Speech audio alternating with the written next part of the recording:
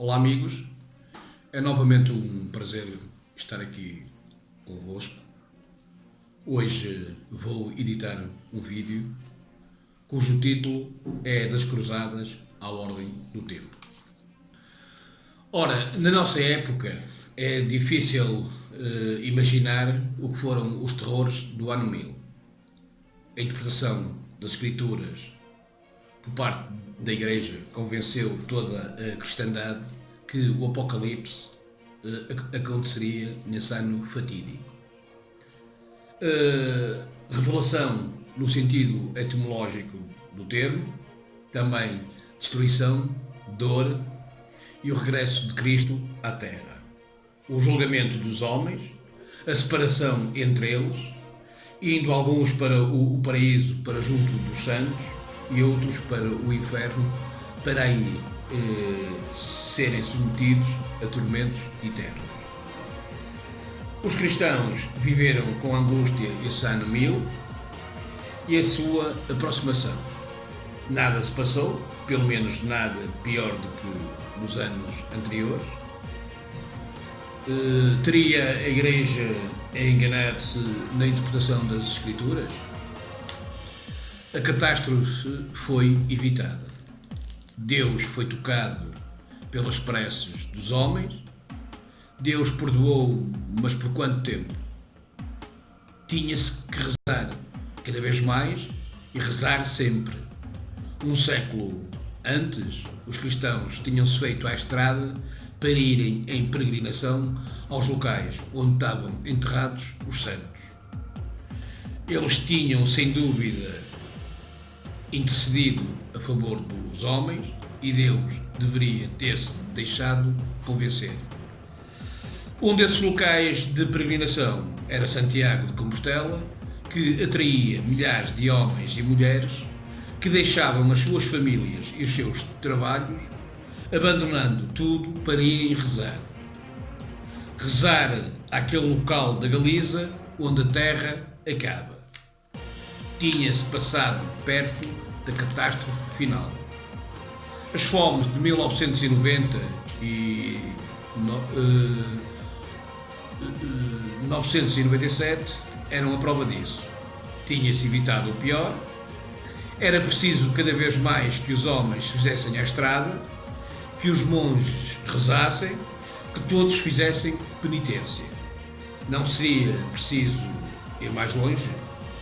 Realizar a suprema peregrinação, a única que merecia a viagem de uma vida? Ir aos lugares sagrados, onde o Filho de Deus sofrera para resgatar os pecados dos homens? Jerusalém.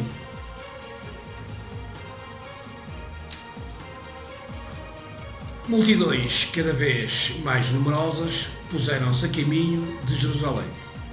A cidade pertencia aos califas de Bagdá e do Cairo, que permitiam um livre acesso aos peregrinos.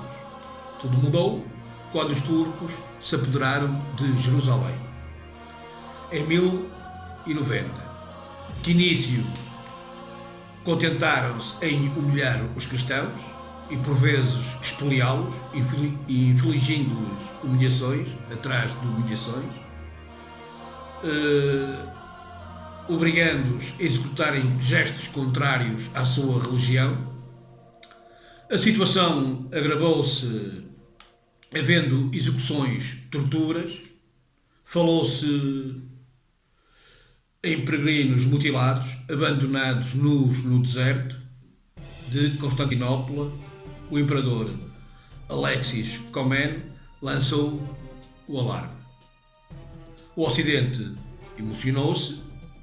Não se podia tolerar que os peregrinos fossem mortos. Não se podia deixar os lugares santos na mão dos infiéis. Pedro, o ermita, que assistiu em Jerusalém a verdadeiros atos de barbárie, regressara decidido a erguer a Europa e pôr os cristãos no caminho da cruzada. Quando Pedro, o eremita, passava por algum lugar, os espíritos mostravam-se inflamados.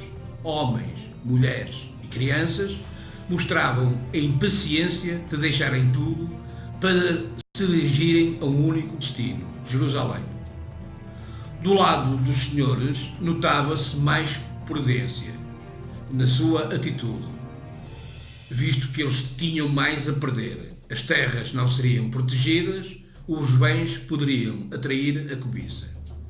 A 27 de novembro de 1095, o Papa Urbano II, no Concílio Providencial, reunido em Clermont, proclamou: cada um deve renunciar a si mesmo e carregar a sua cruz.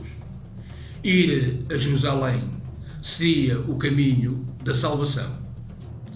Aos milhares peregrinos coziam sobre as suas vestes cruzes de tecido vermelho, que viriam a valer-lhe o nome de cruzados.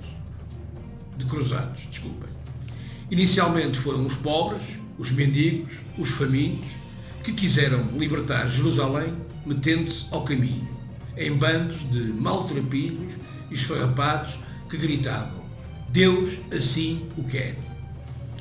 Aqueles que não partiam faziam dádivas para que os outros tivessem com que sobreviver durante a viagem. Em alguns casos, obedecendo a um impulso, a um sinal. Temos o exemplo de uma mulher que seguiu um ganso que deveria levá-la à cidade santa. Foram também referidos pássaros, borboletas e rãs, que pensavam mostrar-lhes o caminho. Pedro, o eremita, e o seu lugar-tenente, Gauthier Saint-Avoire, arrastavam atrás de si uma multidão variada, que começou a cruzada matando judeus do Vale do Reno e pilhando os bens dos camponeses húngaros. Chegaram a Constantinopla no sábado de Aleluia de 1906. Foi o início do fim. Na Ásia Menor, depois de Civito, uma parte desses cruzados mal armados e sem saberem combater foram massacrados. Os sobreviventes, quase todos, padeceram de fome ou de peste em frente a Antioquia. Por fim, o exército dos cruzados, os chamados homens de armas, que seguiram o exemplo dos mendigos, fortemente armados e determinados. Esses guerreiros apoderaram-se de Antioquia. O objetivo final estava próximo, Jerusalém, terra prometida. Os cantos elevaram-se, mal viram as muralhas da cidade. Deixou de haver mendigos e nobres, sendo apenas cristãos em êxtase. Jerusalém foi conquistada, num fogoso ímpeto, na manhã do dia 15 de 1099. Não pensem que os cruzados eram santos, de passagem tinham pilhado, violado, a ponto dos cristãos orientais terem-se refugiado junto dos turcos. Em Jerusalém também não se comportaram com uma caridade digna de nota.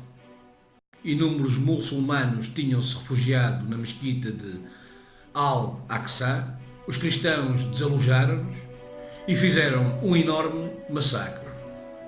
Um cronista anotou: lá dentro o sangue chegava-nos aos tornozelos. E Guilherme de Tiro precisava.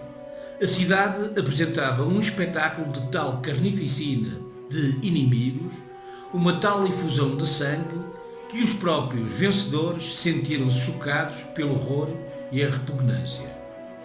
Durante uma semana sucederam-se os massacres e combates de rua, até o odor do sangue provocar náuseas. Os cruzados tinham fincado o pé na Terra Santa e tencionavam ficar por lá. Foi fundado o Reino Latino de Jerusalém. Godofredo de Bouillon foi nomeado rei, mas recusou a usar a coroa, naquele lugar onde Cristo apenas usara uma coroa de espinhos. Godofredo, o rei cavaleiro do Cisne, como era conhecido, vinha a morrer pouco depois, em 1110. Para além do reino de Jerusalém, que se estendia do Líbano ao Sinai, formaram-se progressivamente 3 outros estados: o Condado de Edesa, a norte, meio franco, meio arménio, fundado por Balduíno de Bolonha, irmão de Godofredo de Bouillon, o Principado de Antioquia, que ocupava, grosso modo, a Síria do Norte e finalmente o Condado de Antiquia. Godofredo foi substituído por Balduíno I, a conquista foi realizada, mas agora tratava-se de conservar e administrar os territórios obtidos. Era conveniente conservar as cidades e as praças fortes e velar pela segurança das estradas. O inimigo foi vencido, mas não eliminado. Fundaram-se ordens a quem foram atribuídas diversas missões. Houve, entre outras, a Ordem Hospitaleira de Jerusalém, em 1110, a Ordem dos Irmãos Hospitalários Teutónicos, em 1112, e a Ordem dos Pobres Cavaleiros de Cristo, os futuros Templários, em 1118, no reinado de Balduíno I. O nome da Ordem, o Templo, só aparece em 1128, por ocasião do Concílio de Troia. Por hoje é tudo. Se gostaram do meu vídeo, partilhem-no com os vossos amigos, subscrevam o canal, cliquem no sininho para serem notificados do próximo vídeo. Um forte abraço e encontramo-nos no próximo vídeo.